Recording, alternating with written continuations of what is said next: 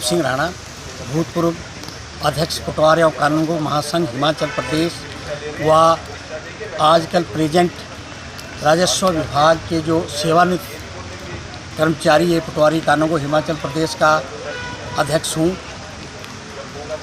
मैं इस विभाग से जुड़ा होने के कारण आज मुझे बड़ा दुख हो रहा है कि पटवारी और कानूनगो पटवार खानों में होने की बजाय आज सड़कों पे आए। उसके लिए कौन जिम्मेवार है? आज इस सरकार की वजह से, गलत नीतियों की वजह से आज इनको सड़कों पे धरने और प्रदर्शन करने पड़ रहे हैं। जहाँ तक इनका स्टेट कैडर का सवाल है, वो सरासर अन्याय है, क्योंकि एक पटवारी और कानूनगो की नियुक्ति जिलाधीश करता है और जिला के अधीन ही वो लोग, उनके जो सर्विस रूल है, उनकी जो सीनियरिटी लिस्ट है, वो जिला के अंदर होती है। परंतु अगर उनका स्टेट कैडर किया जाता है तो जिन लोगों की प्रमोशनें आज होनी है वो पता नहीं पिछले 5-5, 6-6 साल और लेट हो जाएंगे। नंबर 2, जो दूसरी इनकी मांग है कानूनगो से नायब तहसीलदार का प्रमोशन का कोटा। ये लोग तो 80% मांग रहे हैं, परंतु मैं तो 100% की बात करता हूँ, क्योंकि जितना तजर्बा पटवारी और कानूनगो को होता है राजस्व विभाग के बारे में, इतना शायद ही किसी दूसरे जो विभागों से लिए जाते हैं उनको हो। क्योंकि पटवारी और कानूनगो एक रीढ़ की हड्डी होते हैं राजस्व विभाग की।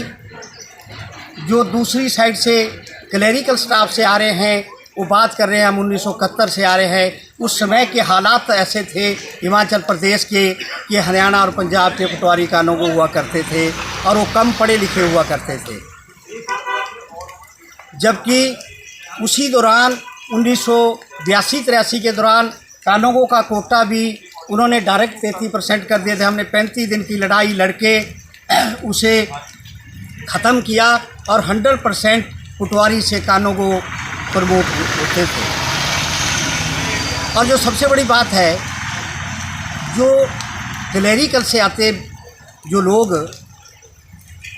उनको अपने ही डिपार्टमेंट में 100% प्रमोशनें जो है वो क्लर्क से सीनियर क्लर्क, सीनियर असिस्टेंट, उसके बाद वो सुपरडेंट बन जाते हैं। ना तो उनके कोई पेपर होते हैं, ना कुछ नहीं, और उनका अपना एक चैनल है।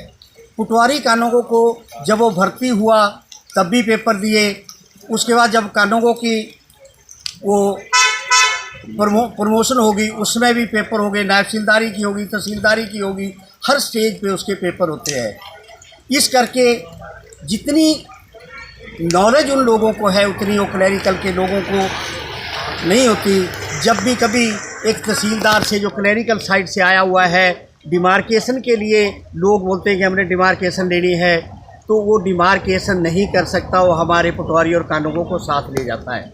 उसको यही पता नहीं है कि भाई ये लट्ठा सीधा है कि पुट्ठा है, ना वो उर्दू के अक्षर पढ़ सकता है। इसलिए हमारी ये मांग है कि या तो हमारे पटवारी कानूनगो को उनके सुपरडेंट के लिए वो जो 40% हमारा ले रहे, 20% नायब तहसीलदारी के लिए और 20% तहसीलदारी के लिए, या तो हमें भी वहाँ दिया जाए, या वो टोटली ही जो है 100% पटवारी और कानूनगो से प्रमोट किया जाए। क्या मांगे आपकी? जी, सभी को नमस्कार। मैं प्रणव शर्मा, प्रेस सचिव नालागढ़ कानूनगो पटवार यूनियन नालागढ़, और हमारे प्रेसिडेंट साहब श्री नसीरुद्दीन जी, general secretary sir Lalit ji और उप प्रधान जी जगदीप जी। तो सर, हमारा जो ये रीज़न है, पहले हमें आश्वासन दिया गया था सरकार के द्वारा कि आपका जो स्टेट कैडर जो हम करेंगे वो आपको हम आपकी सहमति के साथ और आपको जो है सलाह मशवरा करने के बाद लिया जाएगा।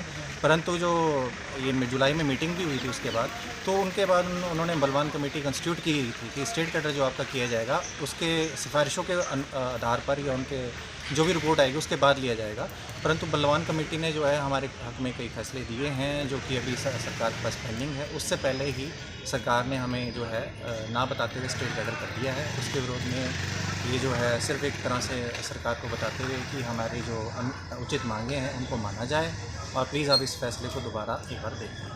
आप लोगों की सरकार, आपके जो यूनियन के प्रतिनिधि हैं उनकी सरकार से कोई बातचीत हुई है हाल ही में? जी बिल्कुल हुई है। हमारे जो स्टेट के हमारे प्रधान हैं श्री सतीश चौधरी जी की, उन्होंने जुलाई में सरकार के साथ, हमारे माननीय राजस्व मंत्री साहब के साथ, हमारे माननीय मुख्यमंत्री साहब केसी साहब के साथ ये बैठक हुई थी। हमारे संघ की पूरी बैठक हुई थी। उसके बाद ही आश्वासन मिलने के बाद हमने जो पहले ऑनलाइन काम छोड़े थे उस पर हम वापसी आए, परंतु उसके बाद अब ये जो है स्टेट कैडर का इन्होंने जो एकदम से नोटिफिकेशन करके कल या परसों, उसके बाद हमारे राज्य कार्यकारिणी का जो निर्देश हुआ उस पर हमारे डिस्ट्रिक्ट बॉडी ने फिर जो हमें दिशा निर्देश जारी किए उसके संदर्भ में आज हमारे स्ट्राइक।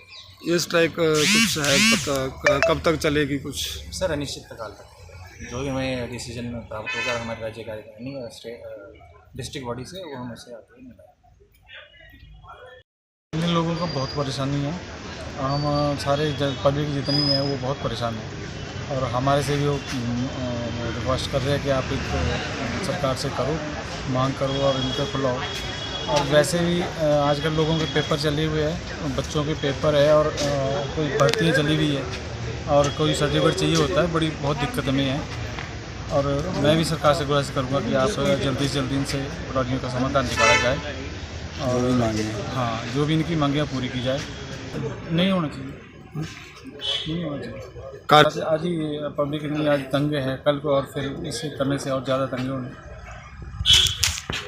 आम जनता पर बहुत ज़्यादा रोष है जनता का कि ਜਿਹੜਾ ਇਹਨਾਂ ਦੇ बैठे है ना हड़ताल पर, ये बिल्कुल सरकार इन्होंने ठीक नहीं कर रही और ਜਿਹੜਾ ਇਹ डिस्ट्रिक्ट वाइज इन्होंने स्टेट कैडर कर रहे ना वो ठीक नहीं है। क्योंकि अजकल हुण बच्चों के पुलिस की भर्ती भी है, पेपर आके सर्टिफिकेट बनाने, ये बहुत ज़्यादा दिक्कत आ रही। आम जनता के कोई काम सारे रुके ये करके इनकी जी मंग आ छेती छेती पूरी करनी चाहिए। इन्होंने ड्यूटी पर भेजो कि साढ़े जो बच्चों के पेपर है उनके कारण बहुत सर्टिफिकेट नहीं बन रहे।